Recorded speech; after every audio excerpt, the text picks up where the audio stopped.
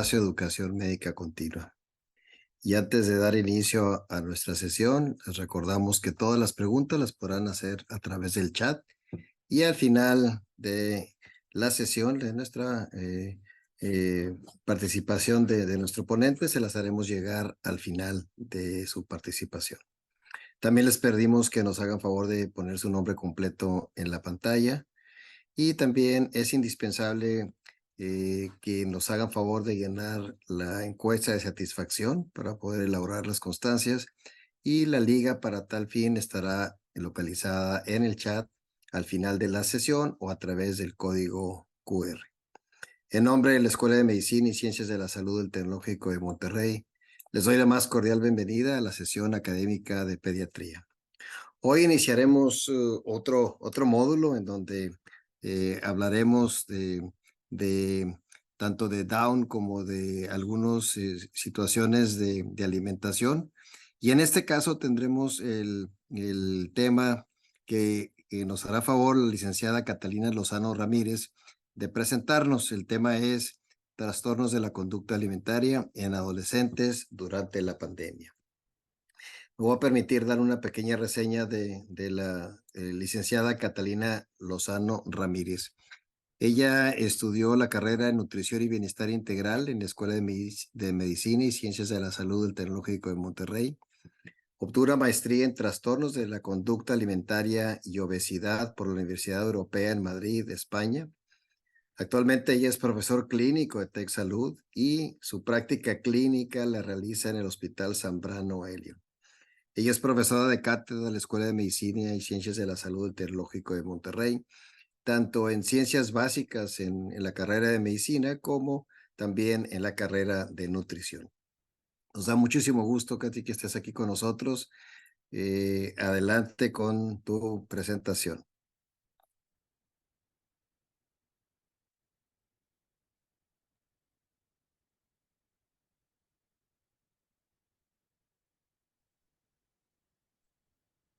Bueno, gracias, doctor Valencia. Gracias por la invitación y por el espacio para platicar sobre tan importante tema, ¿no? Y bueno, pues comencemos analizando y comprendiendo que las restricciones dentro de la pandemia por la que recientemente pues estuvimos involucrados detalló un impacto negativo en aquellas personas con problemas mentales preexistentes, entre ellos los trastornos de la conducta alimentaria. Para la aparición del coronavirus que llevó a una pandemia creó grandes dificultades en el día a día, ¿no? A lo largo del mundo, bueno, pues los gobiernos pretendían contener los contagios a través del confinamiento en casa, cerraron negocios no esenciales, estuvo este tema del uso obligatorio del equipo de protección, inclusive pues había toque de queda, ¿no? Entonces, para muchos países estas medidas permanecieron durante un largo plazo a pesar de que las campañas de vacunación ya habían sido llevadas a cabo. Entonces, bueno, como vemos aquí en la diapositiva, los trastornos de la conducta alimentaria se pueden definir de la siguiente manera.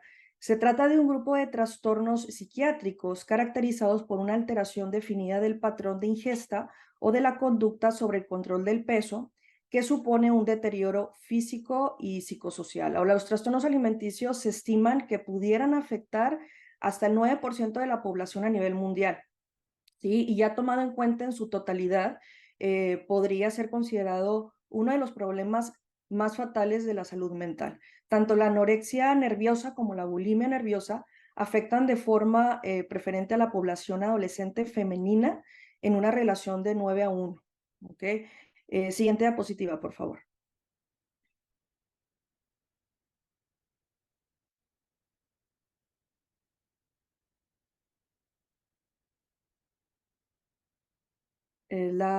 Ok. Ahora, bueno, pues estos suponen un problema de salud pública por su elevada prevalencia, la morbimortalidad asociada, su curso prolongado y su tendencia a la cronicidad. Siguiente, por favor. Ahora vamos a hablar sobre un tema que consideras importante al día de hoy, ¿sí? El cambio en la prevalencia. Vamos a pensar, ¿son los TCAs una nueva pandemia? Siguiente, por favor. Ahora, la infancia y la adolescencia pues se vio enfrentando el cierre de la escuela presencial, ¿sí? También a la restricción del distanciamiento social y pues la socialización en general. Para la limitación también, para su desarrollo físico en espacios exteriores fue un tema muy importante, en alteraciones en su rutina diaria, a quedarse en casa, entre muchas otras cosas. Y bueno, y pues se ha visto marcada por un elevado estrés psicosocial, por lo que los adolescentes con trastornos de la conducta alimentaria presentan una mayor reactivación de sus síntomas, tanto compulsivos como restrictivos, ¿sí? Y bueno, también afectivos, así como un aumento de riesgo de autolesiones y suicidio. Entonces, en el 2020, aquí se reportó un incremento del 15.5% durante la pandemia del COVID-19. Reportes de países como Europa, Australia, el Norteamérica indicaban un aumento en diagnósticos nuevos, también en recaídas y también en la severidad de los síntomas.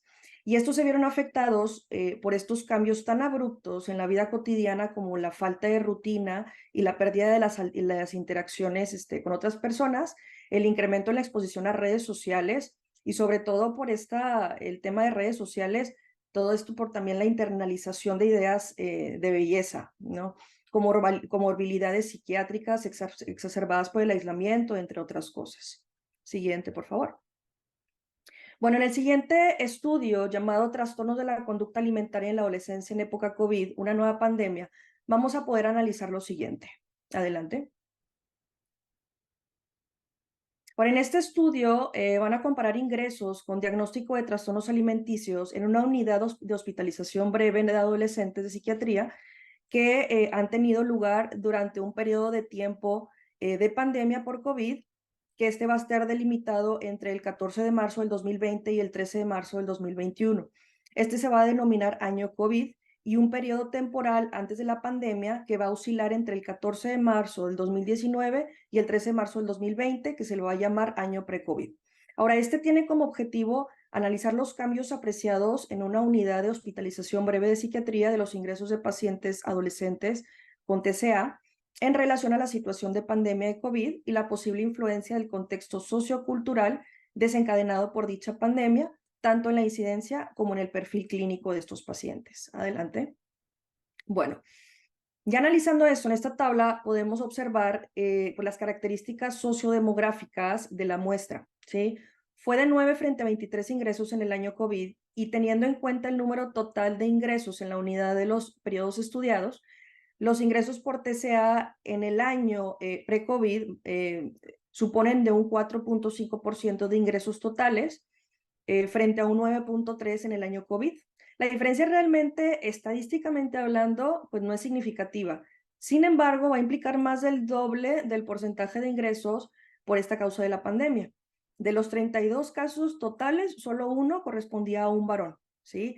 Ahora, la percepción de los pacientes de haber presentado una ganancia ponderal previa al inicio de las alteraciones de la conducta alimentaria también se incrementó notoriamente, un 43.5% frente a un 22.2%.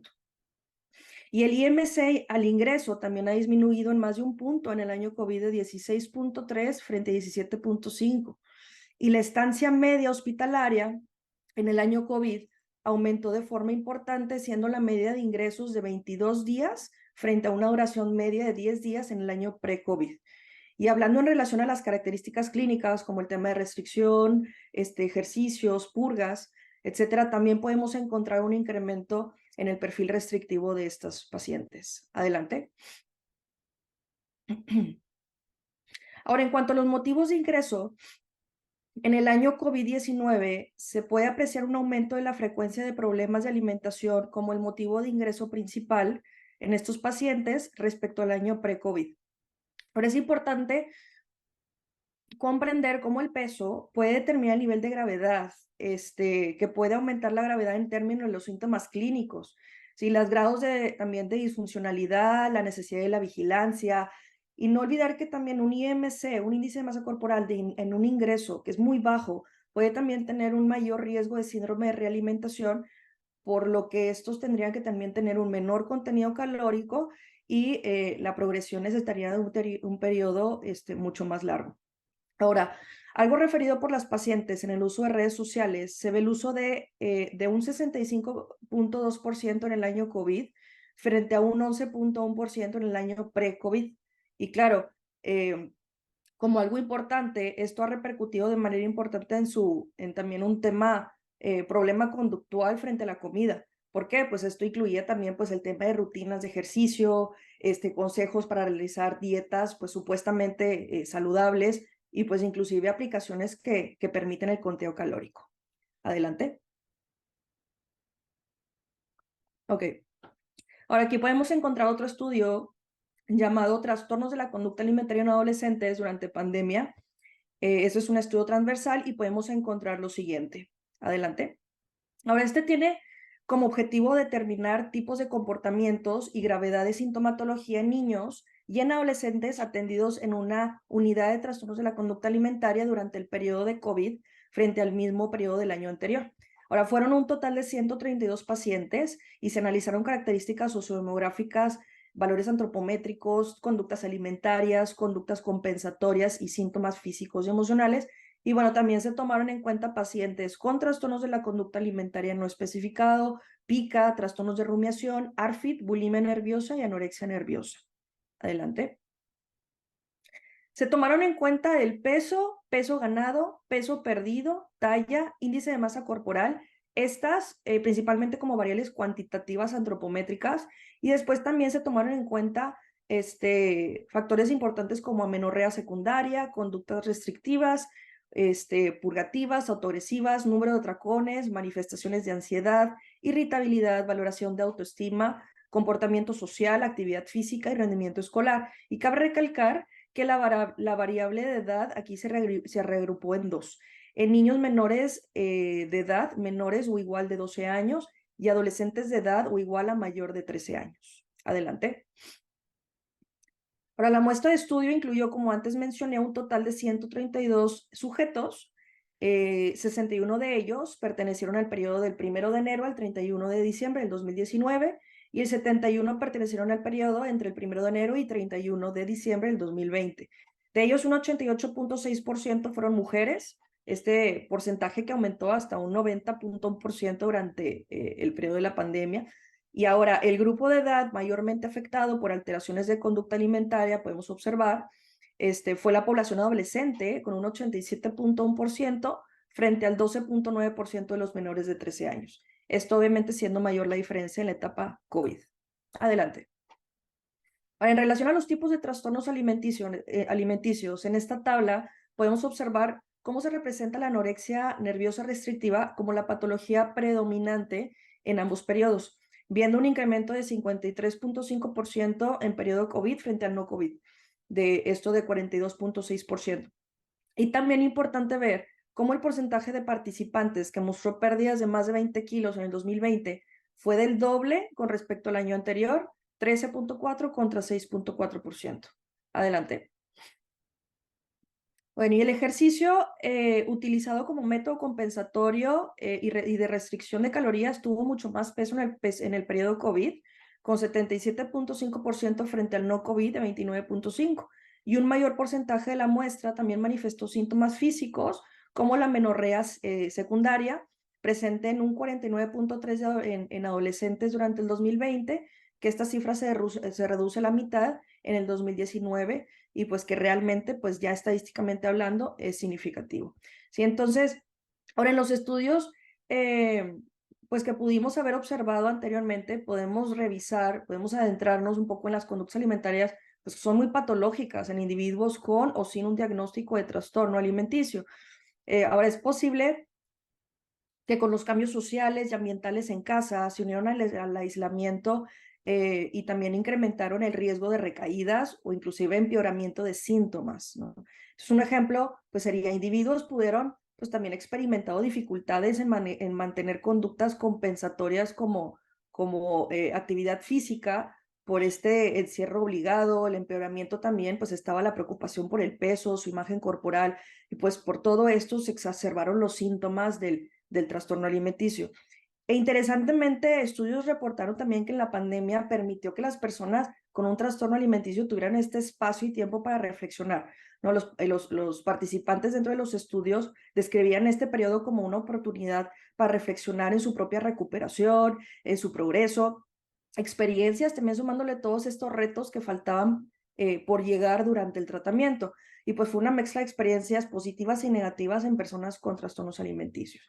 Y bueno, pues no olvidar que la infancia y adolescencia son etapas de la vida del ser humano con necesidades totalmente diferentes a los adultos y que entre ellas pues esta necesidad de movimiento y de establecer vínculos con otras personas de su misma edad, ¿sí?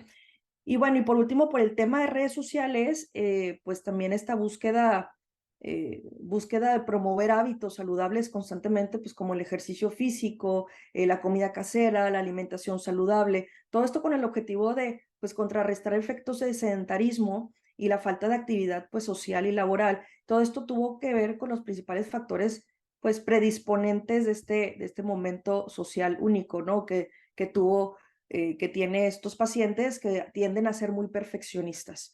Y bueno, pues esto pudo incitar al inicio y al mantenimiento también de estas conductas alimentarias. ¿De acuerdo?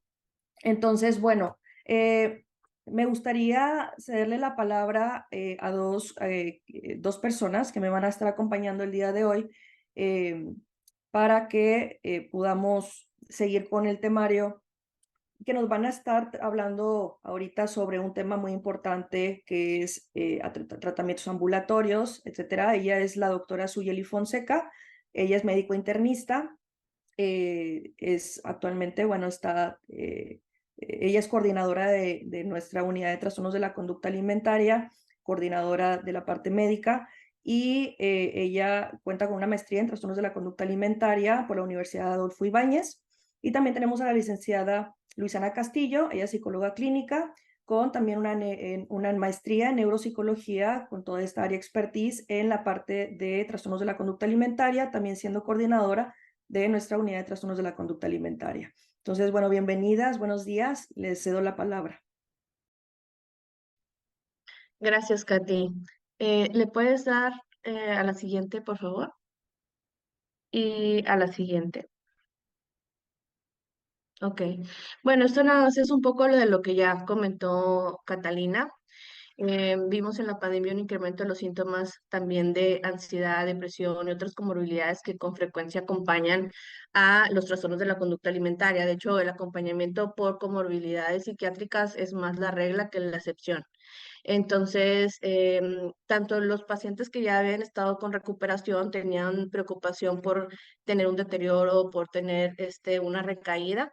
Esto porque pues se podía perder la estructura de alimentación, porque podían vivir o vivían en ambientes que podían desencadenar nuevamente los síntomas del trastorno alimentario, por falta de soporte social. Hay que recordar que en la pandemia también se disminuyó el número de consultas presenciales, entonces solamente se atendían a los casos de mayor gravedad, entonces se trasladó la consulta a online y eso también en el caso de los pacientes con trastornos alimentarios. Entonces, esta pérdida de la interacción con el terapeuta también pudo haber afectado en el incremento de los síntomas.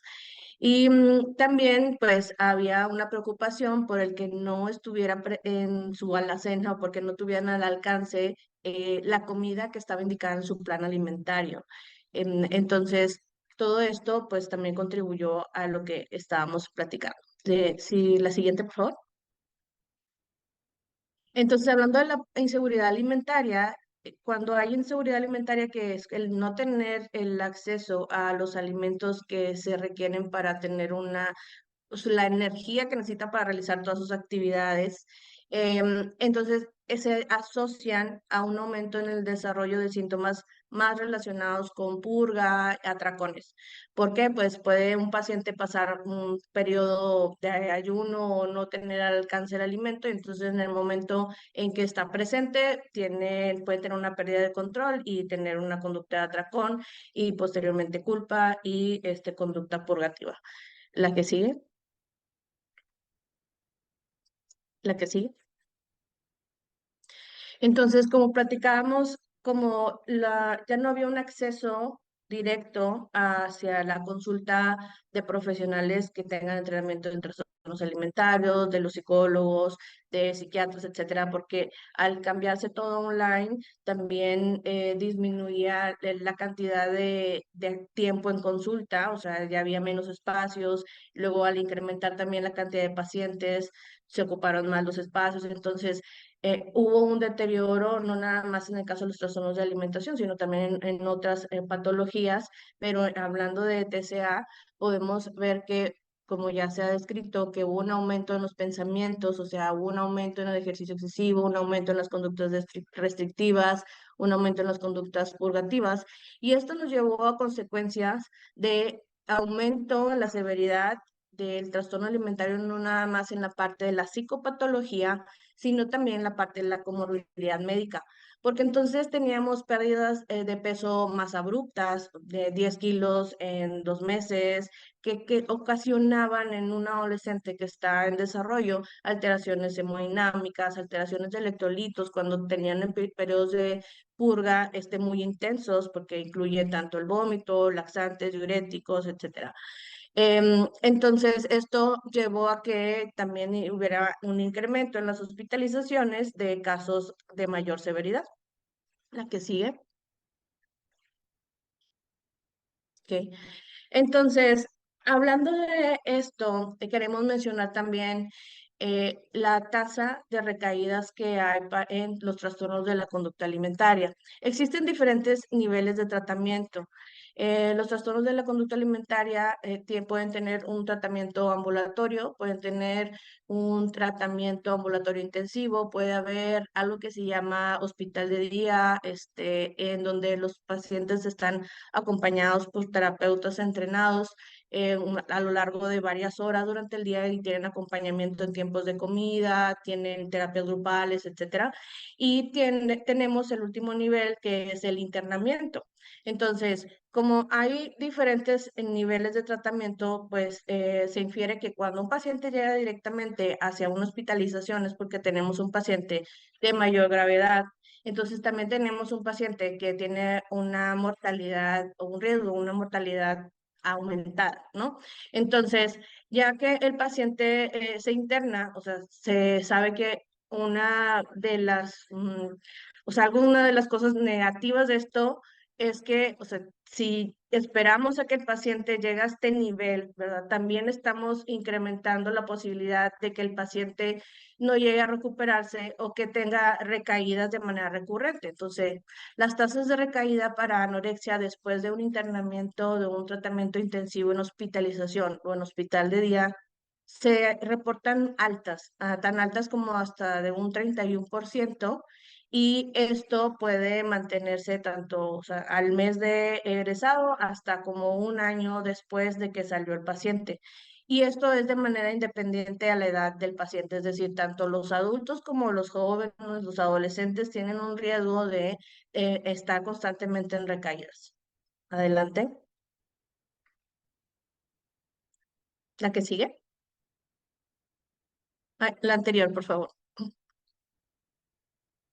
¿Ok? Entonces, un paciente que requiere un mayor nivel de atención puede requerir una readmisión hasta de un 40% y hasta un 93% de los pacientes pueden requerir admisiones múltiples en hospitalización en periodo corto de tiempo. Y esto también se traduce en un aumento de la pérdida económica. Y aquí pongo un reporte que se hizo de la Universidad de Harvard en el 2020. En realidad el reporte también toma en cuenta el costo de la sociedad, del sistema de hospitales. Coloqué el de la pérdida individual porque pues aquí estamos hablando con familias, ¿verdad? Entonces las familias tienen una pérdida de 23.5 billones que incluyen lo que ellos dejan de hacer, el trabajo que dejan para cuidar a su ser querido. También los empleadores tienen una pérdida de 16.3. ¿Por qué? Porque los pacientes que tienen trastornos de la conducta alimentaria pueden estar en todas las edades, pero empieza desde la adolescencia hasta la adultez y son edades productivas, ¿verdad? Entonces, muchos de los pacientes están en edad productiva, entonces, pues hay inasistencias al trabajo por complicaciones médicas o porque requieren un internamiento. Y también es importante saber que los internamientos en trastornos de la conducta alimentaria, pues no son breves de 1 a 2 semanas, ¿verdad? Cuando internamos o se interna un paciente es para que esté por lo menos unos 3 meses. Entonces, en lo que se tiene la recuperación médico-nutricional, en lo que se trabaja también la parte de la psicopatología, del trastorno trastorno alimentario. Entonces estamos quitando 3 meses de estudio, de trabajo en un paciente. Entonces es muy importante el impacto que llegan a tener los trastornos de la conducta alimentaria. La siguiente.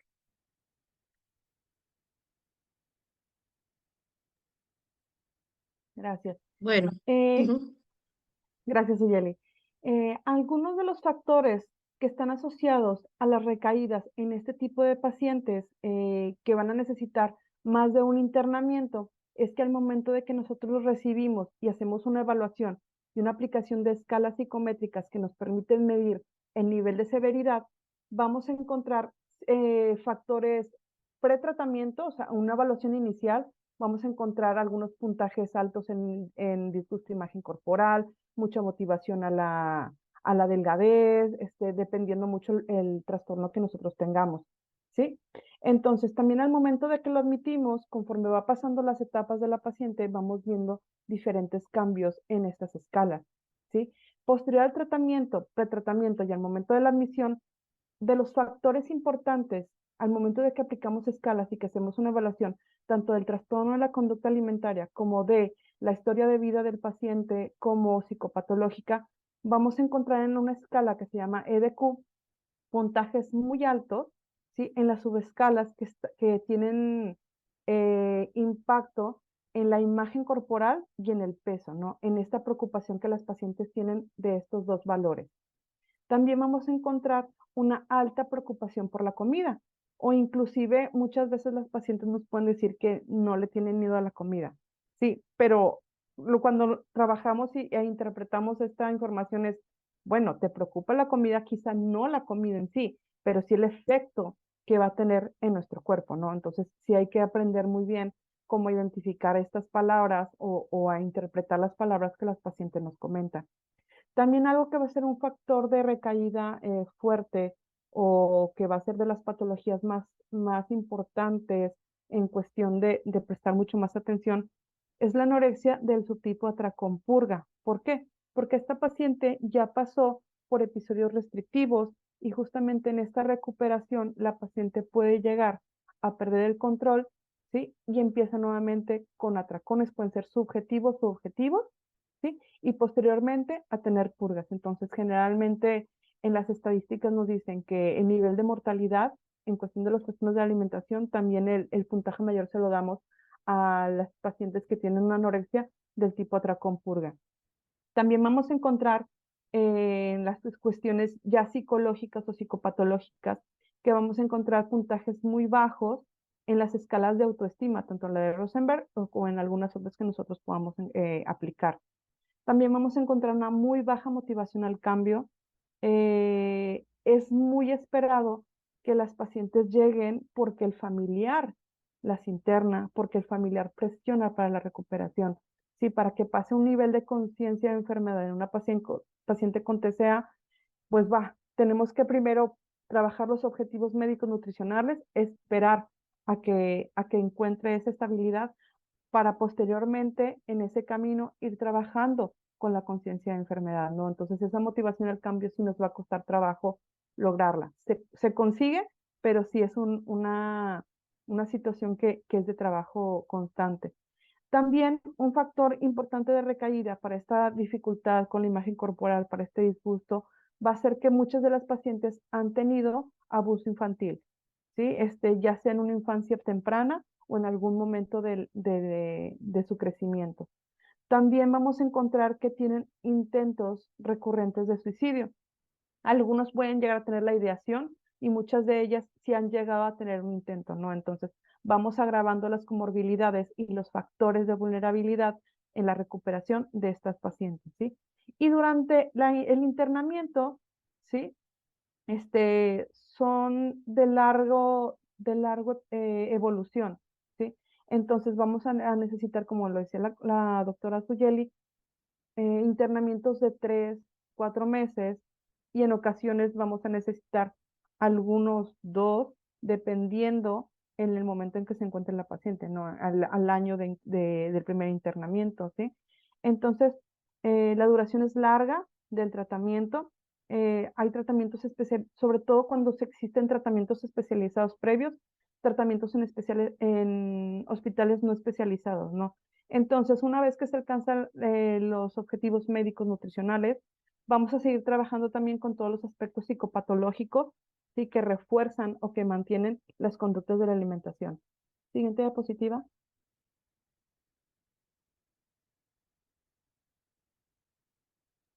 Listo. Entonces también otros predictores relacionados con los trastornos de alimentación. Algo que es importante mencionar es que en el estudio previo está basado más que nada en los casos de anorexia nerviosa. En este estudio incluyeron también pacientes con bulimia y trastorno por atracón y otros trastornos de la conducta alimentaria. También hacen mención que en relación a el índice de masa corporal como riesgo para recaída es más en los pacientes que tienen anorexia, y el que tengan una psicopatología del TCA más grave es más en los pacientes que tienen bulimia, y que no se encuentran los mismos resultados para pacientes que tienen trastornos de atracón en relación a recaídas. Entonces, otros predictores que tenemos es requerir pues un nivel más alto de tratamiento, que es lo que mencionaba la doctora Lizana, y este estudio es reciente desde el 2023, o sea, refuerza lo que ya se mencionó previamente. Entonces, también el tener una comorbilidad psiquiátrica agregada, porque incrementa la complejidad del trastorno alimentario. O sea, hay trastornos de la conducta alimentaria que pueden estar acompañados no solamente de una comorbilidad psiquiátrica, sino de dos, tres, y eso incrementa la complejidad, porque no solamente es el trastorno de alimentación, también puede la comorbilidad estar exacerbando los síntomas del trastorno alimentario. Y pues bueno, la presencia de una psicopatología del TCA de mayor severidad. La siguiente. Y bueno, factores que están asociados a un riesgo más bajo de recaída. Actualmente uno de los biomarcadores o los marcadores que estamos utilizando también son los niveles de leptina. Entonces, los niveles de leptina se correlacionan con el nivel del IMC, es decir, niveles bajos de leptina pueden estar asociados con niveles o un IMC muy bajo. Entonces, los niveles más altos de leptina tienen o están asociados con un riesgo más bajo de recaída, el que el paciente tenga una mayor variedad y densidad en los alimentos, o sea, que no tenga una restricción tan severa, el que el paciente tenga una mayor motivación para su recuperación, el peso, porcentaje de grasa y IMC más alto, que tenga una anorexia nerviosa de subtipo restrictivo, por la severidad de que ya habíamos platicado de la anorexia que tiene atracón purga, y que tenga un inicio del TCA a una edad mayor. La que sigue. Entonces, con esto lo que queremos mencionar es que es importante que empecemos a tener un tamizaje más intenso en la población de riesgo para identificar a los casos de trastornos de la conducta alimentaria en una etapa más temprana.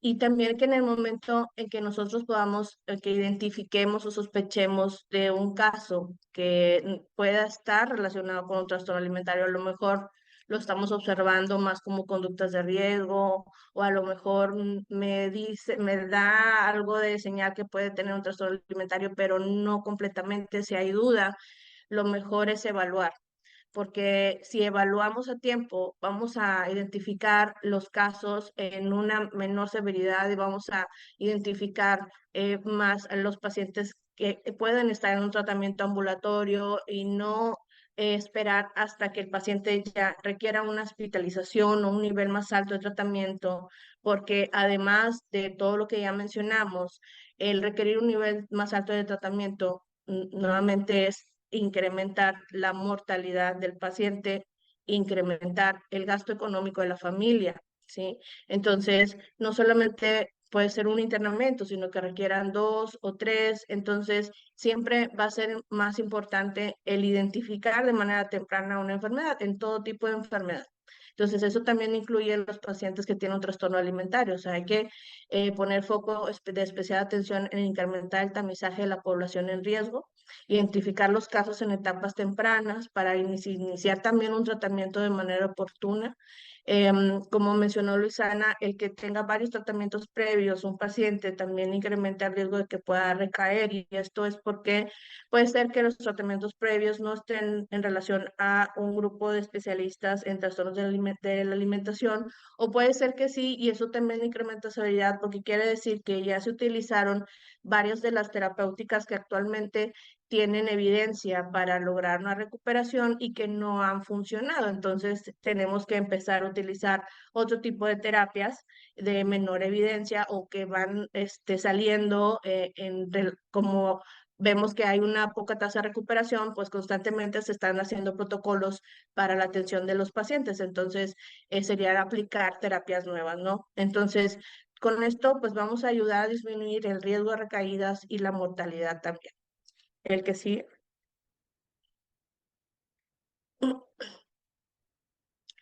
Y pues bueno, entonces, como comentaba también, no nos olvidemos del impacto que tienen los TCA en las familias, no solamente desde la parte económica, sino que cuando un paciente requiere de un internamiento o una hospitalización prolongada, sabemos que pues papá y mamá tienen que poner mucho foco de atención en este integrante de la familia. Entonces, también los hijos, los hermanos, etcétera, pueden sentirse olvidados, o puede también haber como una ruptura familiar o una convivencia alterada. Entonces, es muy importante ver como todas las áreas que afecta el trastorno de la conducta alimentaria. Y en una comparación de un estudio que se hizo evaluando cuidadores que tenían pacientes con un TCA, depresión o con esquizofrenia, se reportó que la carga, o sea, tensión, preocupaciones o sensación de urgencia fue mayor para los cuidadores de pacientes con trastornos de la conducta alimentaria. Y la identificación e inicio de tratamiento oportuno, pues también puede contribuir a cuidar la economía individual y familiar. ¿La que sí? Bueno, entonces, nosotros iniciamos la unidad de trastornos de la conducta alimentaria, que actualmente está en el 5º piso del Hospital Zambrano, en el Instituto de Bienestar y Prevención del TecSalud. Cuando recibimos un paciente, lo que nosotros evaluamos es primero ver el grado de deterioro. O sea, primero es ver la parte de la estabilidad médica, ¿no? La presencia de comorbilidades que sean graves, que requieran de un nivel diferente de tratamiento. Ver la parte de la comorbilidad psiquiátrica, si hay presencia de riesgo de suicidio, también que requiere otro nivel de tratamiento. Y el grado de deterioro nutricional, porque pues hay riesgos, como comentaba Catalina, pues de síndrome de realimentación, que también requerirían de un mayor nivel de atención. Ahora es importante también mencionar que si mejor nos ponemos a ver las escalas de síndrome de realimentación, de las que gusten, ¿no? De la Aspen, etcétera. Siempre, o sea, todos los pacientes que tengan trastornos de la conducta alimentaria van a tener cierto grado de riesgo de tener un síndrome de realimentación. Entonces, es bien importante también el entrenamiento médico especializado en el área de trastornos de la conducta alimentaria, porque la respuesta del paciente que tiene un TCA puede ser diferente a un paciente que, por ejemplo, a lo mejor tiene una pérdida que tuvo pérdida de peso en relación a cáncer, algún tema gastrointestinal. No se evalúa igual, no es la misma respuesta. La respuesta es mucho más severa en pacientes que tienen otras enfermedades. No quiere decir que en trastornos alimentarios no sea de relevancia, pero simplemente se tienen que tomar en cuenta también otros factores.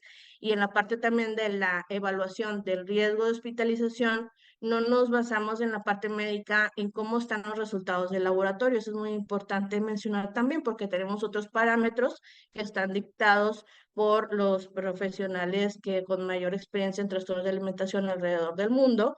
Entonces, los parámetros que medicina toma para indicar un internamiento son diferentes, ¿no? No sé si Katy y Luisana quieran agregar también otra cosa. Sí, bueno, ahora, bueno, en base a todo lo que hemos observado, las necesidades, la prevalencia cada vez mayor y bueno, pues sobre todo, pues nuestra pasión por lo que hacemos en nuestro día a día, pues nos vimos en la idea de buscar cómo podíamos ofrecer todo ese apoyo con tratamiento multidisciplinario a todas y todos esos pacientes y familias también, pues que están pasando por estas situaciones. Entonces se llevaron a cabo pues una serie de protocolos por muchos meses hasta que con mucho apoyo de parte de TechSalud pues se logró dar apertura a nuestra unidad de trastornos de la conducta alimentaria del Hospital Zambrano de León, pues bueno, que consiste en como ya lo mencionaba, un equipo multidisciplinario donde están involucrados diferentes especialidades, ¿no? Entre ellas, pues está medicina interna, está psicología, está psiquiatría, está nutrición. Y no sé, Luisana, si te gustaría hablar un poco sobre lo que consiste, que también tenemos pues terapias individuales y grupales. Entonces, si quieren dar a la Si siguiente quieren dar diapositiva. sí, la siguiente.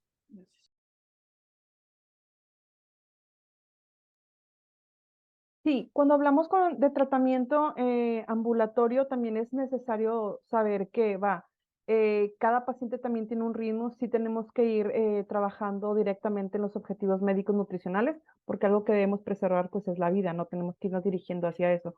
Pero sí también cada paciente puede tener su propia evolución y para cada uno de los tipos de pacientes, ya sea adolescentes o adultos, va a requerir cierto tipo de terapias especializadas para trabajar con ellos, desde una evaluación inicial médica, psiquiátrica, nutricional, con cuestionarios específicos que nos permitan medir el nivel de gravedad en cada una de estas áreas, porque va a ser el nivel de atención que nosotros vamos a brindar también, ¿sí?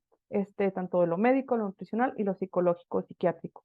En los adolescentes vamos a trabajar también mucho más directamente con los papás, por eso se mencionaba en anteriores diapositivas que el impacto que se tiene en la familia también es fuerte, ¿no? Porque la familia está muy involucrada cuando hablamos de adolescentes, porque es la familia quien tiene que tomar la responsabilidad de preparar los alimentos, de estar acompañando al chiquito, de estarlo instigando a comer, mientras que en el ambulatorio con nosotros vamos dándoles esas habilidades y vamos trabajando también con los pacientes para ir favoreciendo esta recuperación, ¿no? Desde la terapia basada en la familia, la terapia cognitivo-conductual, estrategias de terapia dialéctico-conductual enfocados en adolescentes. Y en adultos, la terapia del mantra va a ser bien importante. ¿Por qué? Porque vamos a ir viendo y preparando, trabajando sobre esa conciencia de enfermedad en la paciente y esa motivación al cambio. Igual, también muy reforzado con la terapia cognitivo-conductual, la dialéctica conductual, ¿no? Esto es muy fuerte.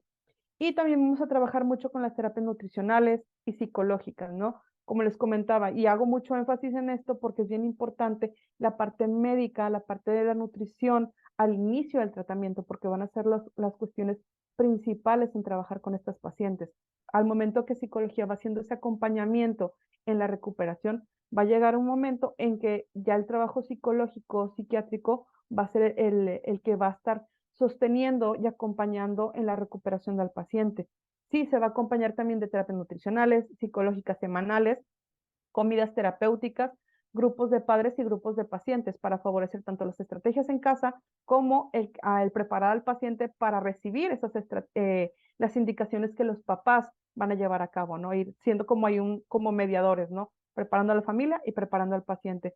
Y el seguimiento psiquiátrico sobre las comorbilidades que pueda llegar a tener las pacientes, ansiedad, depresión, alguna otra patología que pueda ir acompañándola, ¿sí? Y en medicina se va a ir acompañando conforme sea necesario para ir acompañando esta recuperación y que podamos alcanzar el nivel nutricional, el nivel médico y estabilidad para poder trabajar y pues que sería el objetivo, ¿no? Dar de alta a la paciente y poder decir que tenemos una paciente en una recuperación total. Siguiente. Bueno, creo que Ya son todas. Es la última, ¿verdad? Sí, perfecto. Bueno, no sé si tengan alguna pregunta. Muchas gracias, licenciada Catalina Lozano, doctora Fonseca y licenciada Castillo por su participación en esta ponencia que realmente nos han ofrecido muchos datos importantes y de ellos han surgido aquí varias preguntas de nuestra audiencia. Uno de ellos es, ¿hay algún cuestionario o alguna señal que nos ayude a detectar los problemas de trastornos de alimentación de forma oportuna como pediatras de primer contacto en nuestro consultorio? Y otra de las preguntas es que que va relacionado con esto es que si la escala de Rosenberg o alguna otra que pudiéramos utilizar. Sí, Luisana, si quieres ahorita complementar, pero bueno, una de los que son breves y no todos los cuestionarios detectan todos los trastornos de alimentación. Entonces, por ejemplo, está el cuestionario SCOP que tiene 5 preguntas y detecta más casos, por ejemplo, de anorexia. Es decir, las preguntas van más encaminadas a que si ha tenido alguna conducta purgativa, etcétera. O sea, son muy específicas, o sea, en relación con una pérdida súbita, pérdida de peso significativa.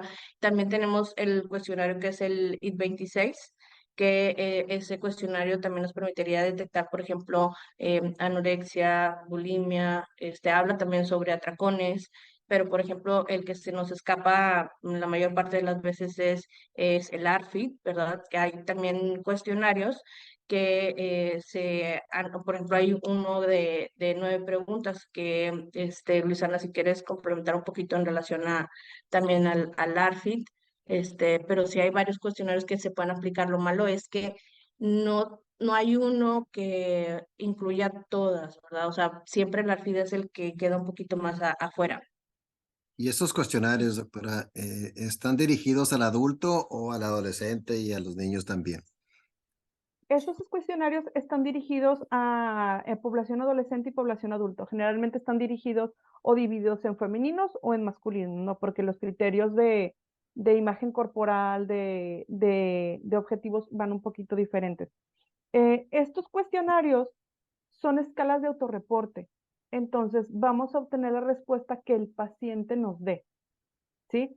Entonces, muchas veces podemos tener en algunas ocasiones algunos cuestionarios que nos dan puntajes positivos, ¿sí? Pero es la interpretación clínica de acuerdo a todos los síntomas que se vayan viendo en el paciente la que daría el diagnóstico. Entonces, estos cuestionarios como el EDQ, el BCQ que mide imagen corporal o insatisfacción, el I-26, que son cuestionarios breves, nos ayudan a tener como de primera mano una idea o un nivel o a detectar síntomas que pudiesen significar un trastorno de la conducta alimentaria.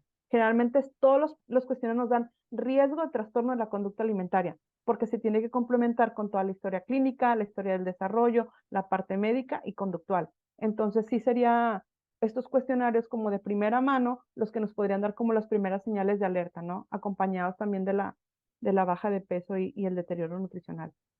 Sí, muchas gracias. Nos piden que si pudieran anotar en el chat los nombres de esos cuestionarios que nos Sí. sugieren. Claro que Otra sí. otra de las preguntas es, nos presentaron una cierta estadística sobre lo que ocurrió el primer año de la pandemia y que estos problemas se exacerbaron. Pero después de que ya ha pasado estos 3 años, eh, ¿hubo mejoría? ¿Hubo la incidencia? ¿Hubo mejoría o nos quedamos igual o empeoramos? ¿Qué sucedió?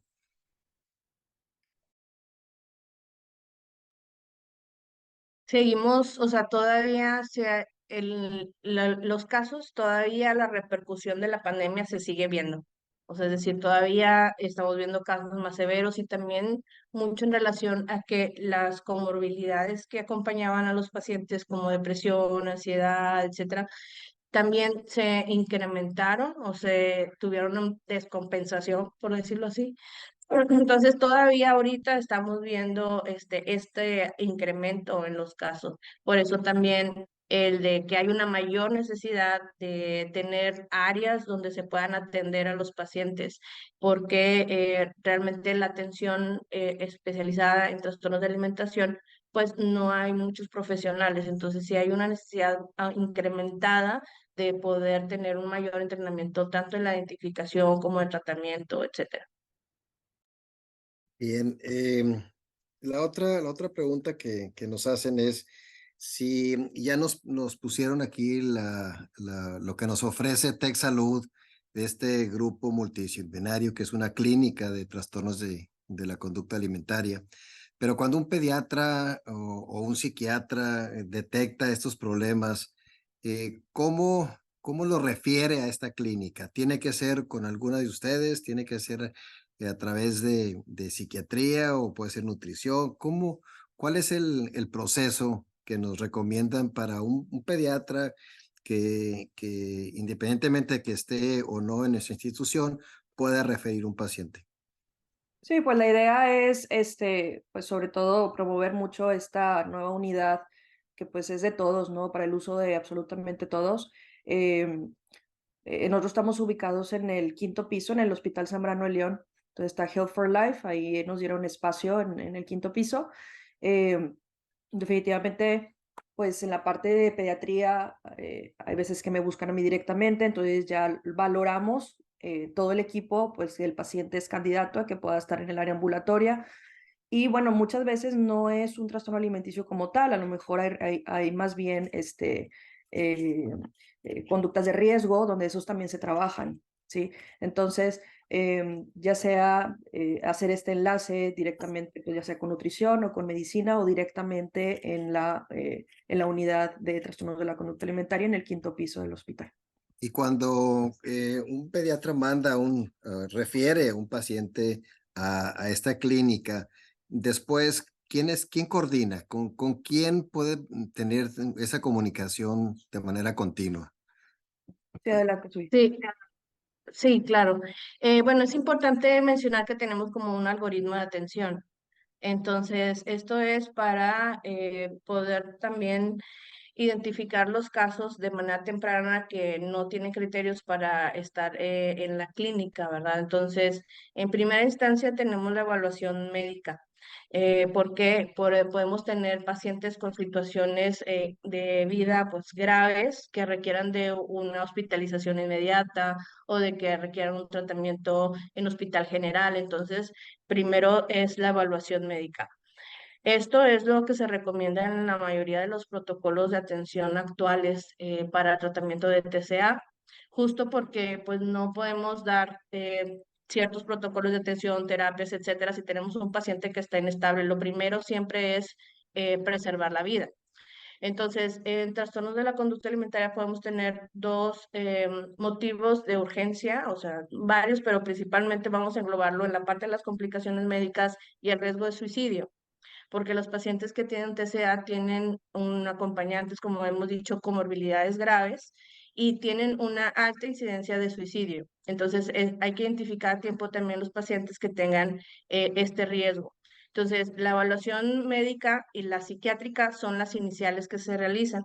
Si el paciente tiene un riesgo alto, ya sea de suicidio o de riesgo a la vida, entonces se les entrega una referencia hacia otros centros que tienen el resto de niveles de tratamiento.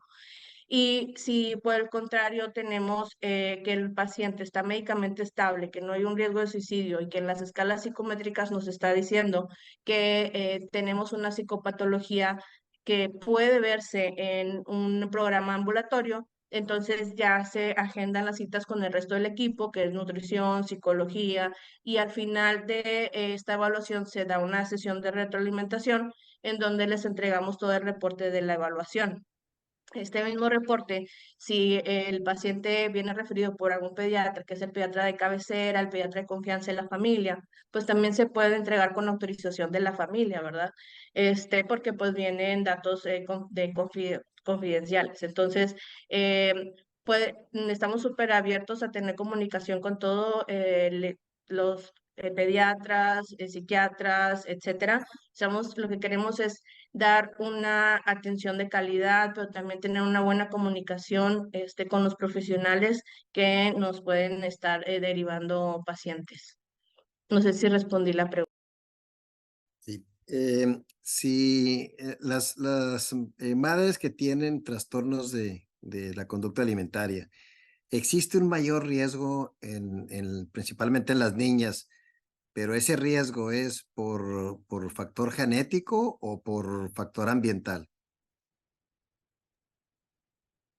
Cuando hablamos de trastornos de la alimentación, sí existen, es una gama. no podemos decir que solamente uno de los factores es el determinante para el desarrollo de un trastorno de la alimentación.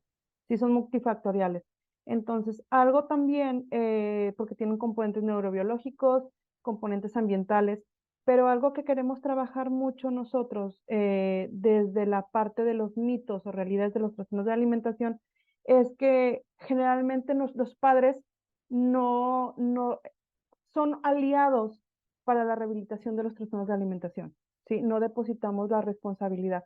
Se psicoeduca porque muchas veces tampoco la familia sabe o tiene conciencia de que están presentes ahí ciertos factores de vulnerabilidad, ¿no? En las mamás o en los papás o en familias que son muy deportistas o que se dedican a ciertas cosas, ¿no? Entonces, evitamos en la mayoría de lo posible como dar esta responsabilidad solamente la parte de la familia o solamente la parte del ambiente, ¿sí? Al contrario, tratamos que la familia se incluya, se psicoeduque y porque para nosotros ellos son la principal fuente de soporte para que se puedan rehabilitar los pacientes. Y ofrecen a usted una terapia entonces familiar, porque muchas veces el problema de una adolescente pues se ve reflejado en un ambiente familiar y en unas costumbres familiares muy particulares que a veces se necesita que incluir a toda la familia. ¿Esto lo hacen ustedes? Sí, de hecho, bueno, tratamos de involucrar siempre a la familia. No solamente se hacen estas terapias individuales con el paciente, también se trabajan terapias. Justamente damos una terapia multifamiliar que se trabaja con los cuidadores, papá, mamá, o sea, quien está al tanto del paciente. Y constantemente estamos dando retroalimentación a ellos, ¿no? Para ver en qué punto, en qué fase del tratamiento va su hijo, su hija, qué avances ha tenido y sobre todo, pues dar indicaciones de cómo hay que trabajarlo en casa. Está el micrófono apagado. Perdón, una última pregunta es que si a través de los dispositivos móviles y el acceso a las redes sociales, ¿esto se modificó después de pandemia? ¿Aprendimos algo durante la pandemia o ya se nos olvidó? Bueno, el uso de las redes totalmente tuvo una influencia, pues los adolescentes estuvieron más expuestos, y te lo vemos en la consulta, o sea, múltiples veces los adolescentes nos dicen, es que vi un TikTok, es que seguía tal influencer, y en la pandemia puse a hacer las rutinas de ejercicio que dictaba, etcétera.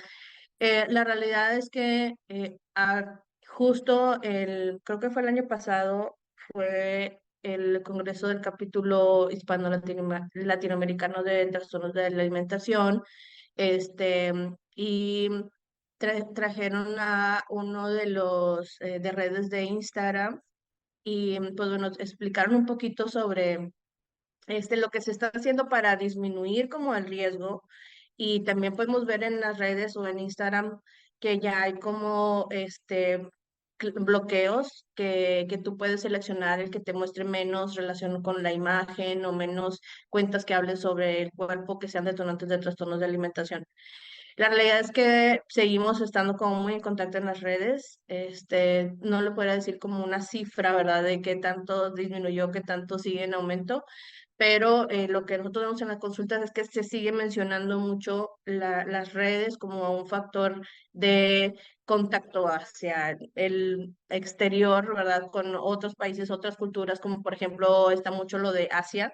Entonces las pacientes se comparan mucho con artistas asiáticos, etcétera, y pues bueno, sabemos que pues la genética y pues la diversidad corporal, o sea, la corporalidad de un paciente de Asia, pues es muy diferente a nuestra corporalidad. Entonces, sigue siendo un factor que puede desencadenar o que puede incrementar el deseo del paciente de buscar la delgadez, ¿no?